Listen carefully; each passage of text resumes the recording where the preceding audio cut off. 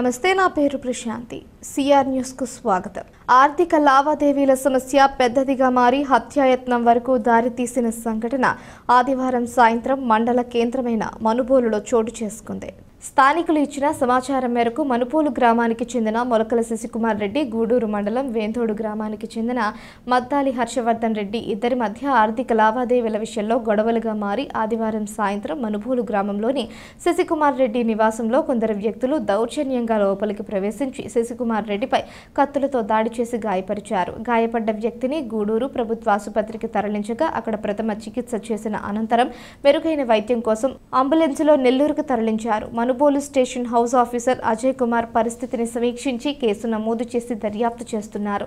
ఎంతో ప్రశాంతంగా ఉండే మనుబోలు గ్రామం కత్తిపోట్ల సంఘటన జరగడంతో పెద్ద చర్చనీయాంశంగా మారింది. స్వర్గీయ సీనియర్ సిపిఎం నాయకుడు జనార్దన్ రెడ్డి ఉద్యమ స్ఫూర్తిని ఆదర్శంగా తీసుకుని ముందుకు నడవాలని సిపిఎం నాయకులు అన్నారు. తిరుపతి జిల్లా గూడూరు పట్టణంలోని సిపిఎం కార్యాలయంలో సిపిఎం సీనియర్ నాయకుడు జనార్దన్ రెడ్డి వర్ధంతి వేడుకలు ఘనంగా నిర్వహించారు. గూడూరు పట్టణంలోని సిపిఎం కార్యాలయంలో సిపిఎం సీనియర్ నాయకుడు జనార్దన్ రెడ్డి చిత్రపటానికి సిపిఎం మరియు అనుబంధ సంఘాల పట్టణ కమిటీ నాయకులు పూలమాలలు వేసి ఘన నివాళులర్పించారు. ఈ సందర్భంగా జనార్దన్ రెడ్డి నిర్వహించిన ఉద్యమాలు, పేద బడుగు బలహీన వర్గాలు మరియు కార్మికుల పక్షాన ఆయన చేసిన పోరాటాలను ప్రస్తుత సిపిఎం పట్టణ కమిటీ నాయకులు వివరించారు. ఆయన ఆశయాలకు అనుగుణంగా తామందరం నడుస్తామని ప్రకటించారు. ఈ సంవత్సరం కూడా చేయాలనుకున్నాం. అయినా ఈ తర్వాత సంవత్సరానికి ఇటువంటి తప్పులు జరగకుండా ఆయనకి ఎప్పుడు ఒక 100 మంది వచ్చి కార్మిక ఉద్యమాలు నిర్మించిన ఆయన మహనీయుల పేరు చెప్పి ఉద్యమ నాయకుల్లో స్ఫూర్తి కల్పించడిగా మేము తయారు చేస్తాం. అందుకని కాంగ్రెస్ ఎవరైనా జనార్దన్ రెడ్డి గారికి నిజమైన నివాళులు అర్పించాలంటే ఖచ్చితంగా ఆయన ఆశయాన్ని ముందుకు తీసుకోవాలి. ఎప్పుడు చదువుతూ ఉండాలి, చదివి పోరాడాల్సిందే. కానీ పోరాటం అనేది చదువులే పోరాటం అది పనికిరాదని మన జనార్దన్ రెడ్డి గారు మాకు అప్పుడు క్లాసుల్లో కానీ అనేక సందర్భాల్లో చెప్పినాడు.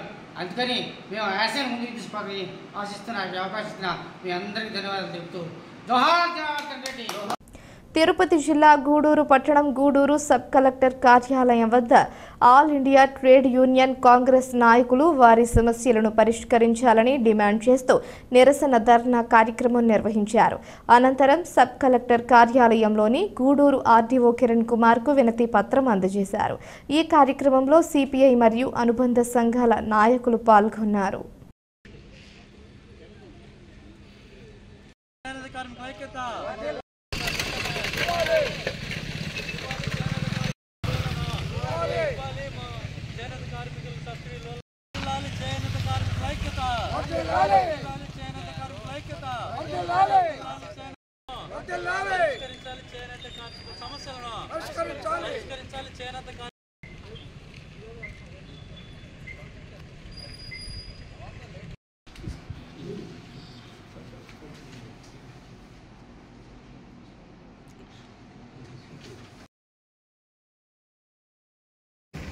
చాలా దుర్భర జీవితాలు అనుభవిస్తున్నారు.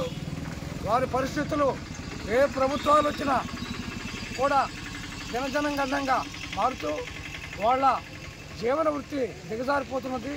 ఇలాంటి పరిస్థితుల్లో కొత్తగా తెలుగుదేశం నాయకత్వాన ఎన్నికైన ఎన్డీఏ ప్రభుత్వం అందరూ వీళ్ళ సమస్యలను పరిశీలించి వీరికి రావాల్సిన అన్ని విధాల సహాయం అందించాలని చెప్పి ఈ సందర్భంగా డిమాండ్ చేస్తున్నాం. భూ కబ్జాదారుల నుంచి ప్రభుత్వ భూములను కాపాడాలి అంటూ సోమవారం కమలపూడి గ్రామానికి చెందిన రైతులు తహసీల్దార్కు వినతి పత్రం సమర్పించారు. అనంతరం రైతులు మీడియాతో మాట్లాడుతూ మనుబోలు మండలంలోని కొమ్మలపూడి సెగ్మెంట్ పరిధిలో వైసీపీ పార్టీకి చెందిన చందలూరు శ్రీనివాసులు యాదవ్ అనే వ్యక్తి గత ప్రభుత్వంలో అధికారం అడ్డం పెట్టుకుని సుమారు 50 ఎకరాల వరకు ప్రభుత్వ భూమిని కబ్జా చేసి పాస్ పుస్తకాలు సృష్టించుకున్నాడని, ఈ విషయంపై పలుమార్లు ఫిర్యాదు చేసినప్పటికీ ఫలితం లేదని పంచదార కార్యాలయం వద్ద మీడియాకు వివరించారు. నిరుపేదల ఆధీనంలో ఉన్న భూములను సైతం దౌర్జన్యంగా ఆక్రమించుకుని రెవెన్యూ రికార్డులు తారుమారు చేశాడని చందలూరు శ్రీనివాసులు యాదవ్పై చట్టపరంగా చర్యలు తీసుకోవాలని, అదేవిధంగా అందుకు సహకరించిన రెవెన్యూ ఉద్యోగులపై కేసు నమోదు చేయాలని ప్రభుత్వాన్ని డిమాండ్ చేశారు. ప్రస్తుతం తెలుగుదేశం పార్టీ అధికారంలోకి వచ్చినప్పటికీ భూ కబ్జాదారుల ఆగడాలు ఆగడం లేదని, ఇకనైనా అధికారులు స్పందించి కబ్జాదారులు ఆక్రమించుకున్న ప్రభుత్వ భూములను స్వాధీనపరుచుకుని తిరిగి గ్రామంలోని పేద రైతులకు ఇప్పించాలని కోరారు. ఈ కార్యక్రమంలో కొమ్మలపూడి సెగ్మెంట్ పరిధిలోని గ్రామాల రైతులు పాల్గొన్నారు. వెంకటేశ్వర్లు అనేవాడి కాడ 20 సంవత్సరాలు నేను 2 ఎకరాల 70 సెంట్లు కొన్నా. 2 ఎకరాల 70 సెంట్లు కొన్నా. 20 సంవత్సరాల నాడు కొన్నా. ఈరోజు ఈ రాజకీయం ద్వారా వాడు 2 ఎకరాల 70 సెంట్లు అడ్డకిచ్చేసి లాయర్లను పెట్టి దున్నుతున్నాడు. నాకు న్యాయం జరగడం లేదు. విఆర్ఓ ఎంఆర్ఓ వీళ్ళందరూ డబ్బులు తినేసి వాళ్ళ కాడ మాకు న్యాయం అనేది జరగటం లేదు. పాపం వాడు ప్రభాకర్ అనేవాడు పిల్ల మచ్చ, వీడు చంద్రూరు శ్రీను అనేవాడు, వీడు ఇప్పుడు చెప్పాడు కదా మన ఎంపీటీసీ, మాజీ ఎంపీటీసీ, పాపం వాడు భూదాహం అయినవాడు. పాపం నా పొలంకి రెస్పాన్స్ చేస్తున్నాడు. ఇది పరిస్థితి. మొత్తం వాడు భూదాహం మనిషి. చంద్రూరు శ్రీనివాసులు అనేవాడు, గుర్రం ప్రభాకర్ అనేవాడు, నేను పొలం కొనేటప్పుడే వాడు డ్రైవర్ వేసుకొని తిరిగాడు. పాపం చిన్న డ్రైవర్ వేసుకొని తిరిగాడు. వాళ్ళ ఆయన చనిపోయాడు. మంచోడు పాపం, వాళ్ళ ఆయన చాలా మంచోడు.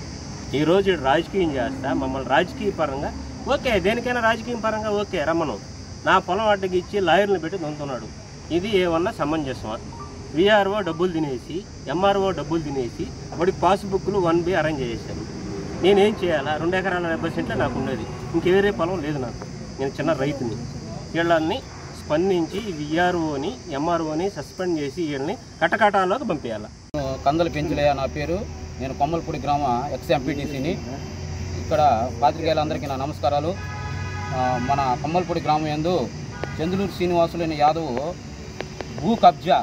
మనం దాహం వేస్తే నీళ్లు తాగుతాం, అతను ఆకలి వేస్తే అన్నం తింటాం. మనం అతను అట్ట కాదు, దాహం వేస్తే భూమి తినాలా, ఆకలి వేస్తే భూమి తినాలా.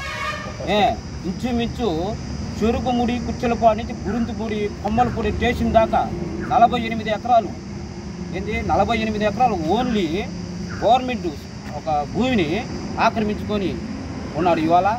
దాని గురించి నేను ఫిబ్రవరి 16 ఆల్రెడీ నేను వైఎస్ఆర్సీపీలో ఉండి కూడా ఆయాలే నేను గోవర్ధన్ రెడ్డికి ఫలానా 672 సర్వే నెంబరు 2 ఎకరాల 13 సెంట్లు భూమిని 1989లో ఒక బీసీలకు ఇచ్చున్నారు సార్.